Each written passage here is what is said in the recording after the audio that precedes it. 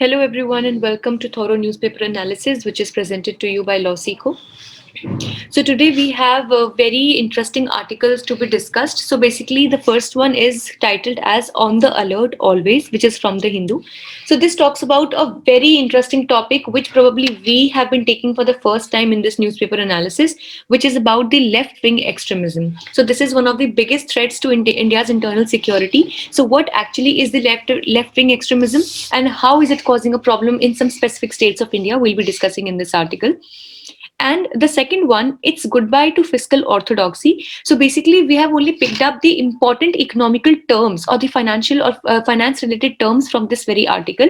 Since all of the articles, as we know, that for a few following days, they will only be analyzing the budget. So we already have done that in the previous session. And to save ourselves from this exercise again and again, we have only taken up the right terms which can be asked in the exam. And finally, we have the news and flash column. If you're also preparing for judicial services examination, you can have a look at the lot of the courses, which is the judiciary test prep course coming from LawSikho. So this course is the link to this course is available in the description box below. You can enroll yourself as well. And from the landing page, you can download free study material for your own help. Also, you can have a look at our other courses like for CLAT, All India Bar Exam, SEBI, etc. So this is the multiple choice question from yesterday's discussion. Budget is presented in the parliament by President, Prime Minister, Union Finance Minister, or Chief Economic Advisor. This is a descriptive question for the day. What is left-wing extremism? Discuss the steps that can be taken to deal with this issue. So basically, the death of an assistant commandant of Cobra, which is the Commando Battalion for Resolute Action. So basically, this is one of the forces of India unit. Nikhil P. Balerao in an improvised explosive device, that is the IED, in November 2020 has again brought us forth the issue of left-wing extremism. So before we discuss further about this, let's first understand that what do we mean by the LWE or the left-wing extremism. Basically, left-wing extremism, also known as Naxalism and Maoism. So basically, depending upon which state or area we are discussing about, this is known by various names. It is called as Naxalism in some states, and it is also called as Maoism in some other states. But all in all, the umbrella term which we use is LWE, which is the left-wing extremism. So this is a form of armed insurgency against the state motivated by leftist ideologies. Firstly, let's understand that what do we mean by leftist ideologies. So see, basically there are two kinds of popular ideologies when it comes to the political regime. So amongst these two political ideologies, firstly we have the left-wing ideology and the other is the right-wing ideology. So basically the people who are supposed to follow the right-wing ideology are considered to be the people who are complete supporters of the government. So whatever stance the government takes, whatever the government says, they're completely with it. But on the contrary, where we have the leftist ideologies people, so these are the people who are mostly in contravention with what the government says or does. So basically, they actually are more critical of the government steps or the government initiatives. Here, these are the people are the ones who have extremely leftist ideology. So see, every person, you and I, every person has some kind of critical evaluation skills, and whatever the other person or the government or be it any agency or authority does, we tend to find out some loopholes into it. So that definitely is a part of fair criticism, and everybody should have the right to do it. But when we come to extreme leftist ideology, that is something that they're just not willing to cooperate with the government and by any means. Now we'll see that what means do the Maoist or the Naxalist follow. So by any means, they just want to uproot the government or the state setup and want to bring in a socialist kind of idea or a complete, home rule, or to call that as their own rule. So here, the Naxalist or Maoist, they form an armed insurgency. So it is like they're completely, they have all the arms, they have guns and every other, the explosives, the bombs and etc. And by creating such disturbances, they try to uproot the setup of the government or the state in those particular areas. So here, one thing that we need to understand that it is not only the government or the government officials or the army personnel or the other forces of the government that feel or that get the brunt of these Naxalists or Maoists. Even innocent people of those areas also suffer the harm. So the left-wing extremists are also known as Maoist globally and as Naxalites in India. So all of you must have seen in various movies also, the problem of Naxalites has been shown. If you can recall the very movie Uri, so in that also the very first scene which is shown, wherein a whole bus of the Javans, probably they were the CRPF Javans, so they were like traveling from a forest. So that is probably the idea which has been quoted in here also of Chhattisgarh. So the incident which has been quoted here, so they were attacked by the Naxalists only. So these were the Naxalists, all right. So here, and even if you might have seen the movie Mary Com as well. So in that movie also you might have seen that there was, when the beginning of the movie is shown, so there is a kind of complete curfew which is there in the state of Manipur. So that also is due to the activities of the Maoist people or the Naxalites over there. Now let's see that what has been the chronology or chain of incidents or events that has taken place from the end of the LWE. So in 2008, 80 CRPF Jawans, they died in Chhattisgarh due to landmine blast. In 2010, 76 CRPF died in the attack in Dantewada, Chhattisgarh. And then if we talk about the data on Maoists killed or neutralized or surrendered, in 2009 to 11, CRPF killed and neutralized around 200 Maoists. In 2019, 15 Maoists were killed in operations, and 2020, 32 Maoists were killed. So, and from the time period of this 2010 to 2020, total 569 have been killed and 359 have already surrendered to the authority. But obviously, this is not something that has an end to it. So, if some of our Jawans will be martyred, and then we'll be killing some of these Maoists. So, definitely, this is not the solution that should be taken up. Here are some steps that have been suggested in the article as well, which can be taken to deal with the very issue of left-wing extremism. Intelligence set up in the left-wing extremism affected areas needs to be geared up. So definitely the intelligence agencies, the network of intelligence, or the chain of intelligence and information should be strengthened up in these areas. Avert attacks on security forces and also be offensive against the extremism. So we should be taking complete and offense, we should be tackling them with complete force, and we should be making sure that the security forces are able to avert, or they're able to counter the attack that they are facing.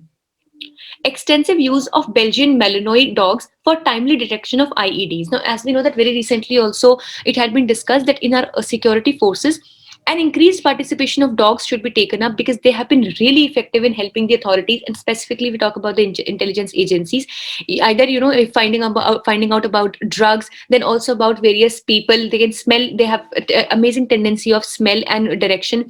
So also they have very especially this breed of the dog, Belgian Malinois, it is very good for smelling and detecting the IEDs, which we saw here was the improvised explosive device. Then the use of drones would definitely add as force multipliers, because not only the coverage on the land would be possible, but also with the help of drone, a complete aerial view of the area will also be possible. Then efforts to upgrade technical intelligence. So all kinds of other intelligence like the network connectivity can be made better, then other kinds of internet services or other things which can make the connection with each other faster and more reliable should be taken up. Then ensure Pakka house accommodation for the CRPF personals, because this will provide them better safety from any kinds of attacks that are done from the outer side, and provide adequate funds as well. So recently also very less funds, though in defense we are working a lot, but in the time in the forces, for the forces and their accommodation which we need the funds, they're still very less.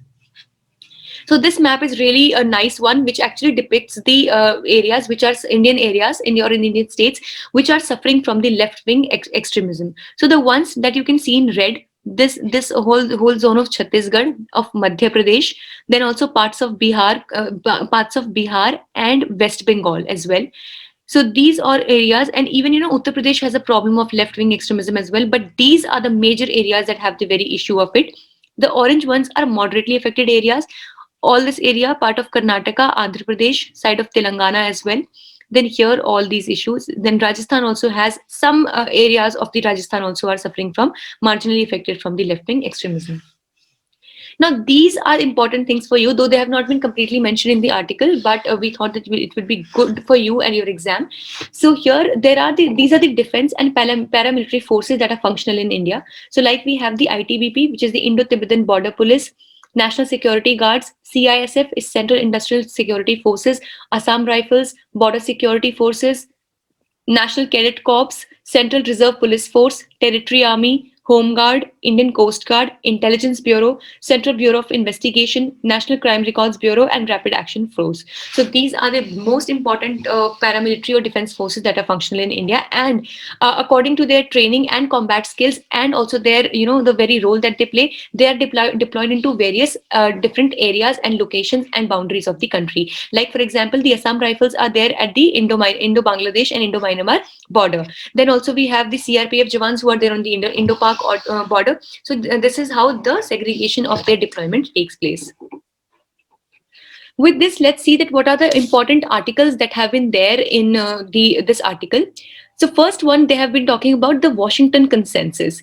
Basically, it is a term which was coined by British economist John Williamson in 1989. So this refers to a set of free market economic policies supported by IMF and World Bank. It supports an increased role of private sector and reduced role of the state. Now, as we know that even after the independence of our country, the condition of economy was not very good, and thus it was the prerogative and the discretion of the state and the government that they made sure that the entire control of the economy was under the hands of the government. That is, it was completely state controlled. But after the time of 1991, when the LPG reforms, that were the liberalization, privatization, and globalization reforms took place in India, so a huge amount of privatization was done in the public sector as well. Even in the recent budget also, you can see that the process of disinvestment that the government is following to raise the funds for its expenditure, so that is also another step which increases the private hold or the private share in the public sector undertakings. So that is how the private sector, the role of private sector increases and the role of the state or government reduces.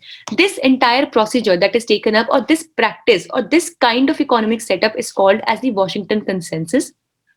Now, why at all do we consider we call it as the Washington Consensus? So basically, it was highly supported by IMF, World Bank, and also it was widely taken up by United States of America as well. And obviously, all of them have their bases in America, so that is why it is called as, in the general sense, as Washington Consensus. So you should always know a prelims question might come up as to what do we mean by Washington Consensus. Then you might be given some options.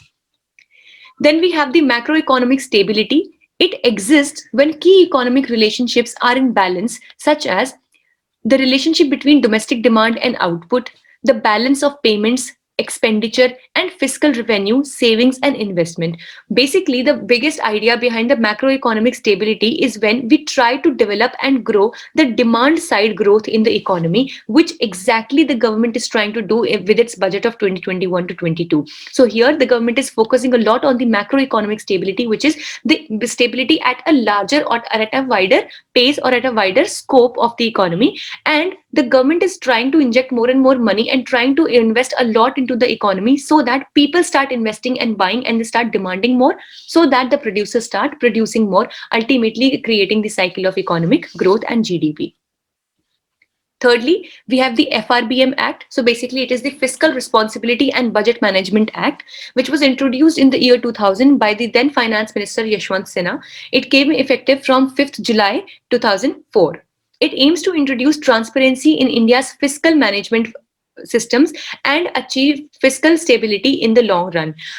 Please understand, whenever we use this term fiscal, it means anything that is related to government expenditure or the finance or the financial steps that are taken by the government. That is why called as the fiscal deficit, the fiscal steps, the fiscal stimulus. So basically, that the steps that have been taken, or anything regarding the government expenditure or government spending or government economy.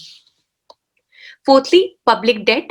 It refers to the national debt that is a part of the total borrowing of the union from individuals, business, and other governments through market loans, treasury bills, special loans, securities issued by the RBI.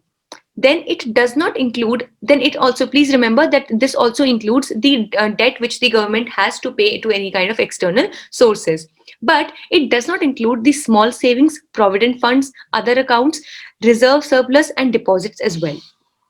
Now, this is the national debt which India has to pay in billion US billion dollars. So by 2025, it is estimated to reach a value of $3,999 billion. So in short term, the public debt is good as it provides extra funds to a country to invest in economic growth. Because see, obviously, it is not like that any country is completely self-sufficient in every aspect, and that is why many a times to taken care of the expenditure that the government has to do, it has to procure, it has to get some kind of debt or money from the sources. Now, it could be internal sources or it may be also the external sources like the World Bank. So in the long run, in the short run, it is really good because it helps or gives the government the capacity to spend more. But in the long term, it can increase the debt to GDP ratio, which means that the ratio that is payable, the amount which is payable as a debt with the ratio of the amount or the money that is generated by the government through the gross domestic product. With this, let's see what do we have for news in flash today. Military coup in Myanmar. Myanmar's military establishment has declared military rule under a state of emergency at least for 1 year.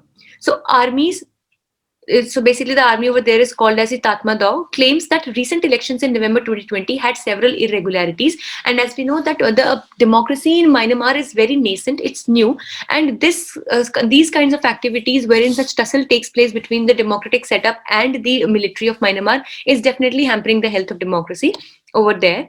So the military over there has arrested President Win Myint and the state councillor Aung San Suu Kyi.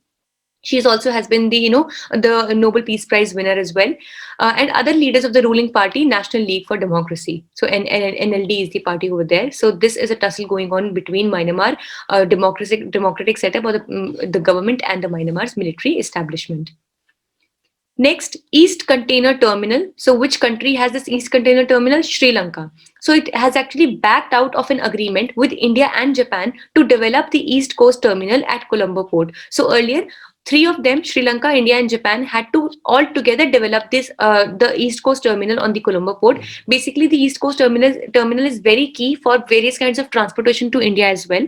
So now the Sri Lanka has said that it will be taking forward the entire project on its own, and completely it has put out India and Japan from this project. Sri Lanka was supposed to hold 51% of stake in this entire project in the joint venture, and both India and Japan in the joint venture were to hold 49% of the stakes. Finally, Stardust 1.0. On 31st January 2020, the Stardust 1.0 was launched from Loring Commerce Center, Maine, US. You don't really have to remember this location, but just that the Stardust 1.0 is actually a space launch vehicle, which is the first commercial launch vehicle which will be powered on biofuel, as contrary to the other space launch vehicles which use the rocket fuels. It has been prepared and it has been designed by a US startup which is named as Blue Shift Aerospace, and it is a launch vehicle suited for student and budget payloads. So for small payloads it can take place. It can be very helpful. So this was all for the day. We hope it was a good session for you. For the slides PDF, you can join a Telegram group, the link to which is there in the description box below. And we hope that the very issue which you were all facing regarding joining the Telegram group has been solved. If not, then please let us know in the comment section below. We'll definitely take a look into it. Thank you so much.